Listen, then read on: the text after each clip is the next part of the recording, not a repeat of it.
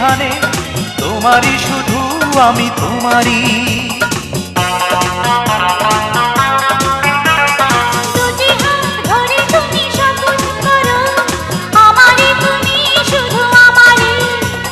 জীবনের শুরু থেকে শেষ যেখানে তোমারই শুধু আমি তোমারই।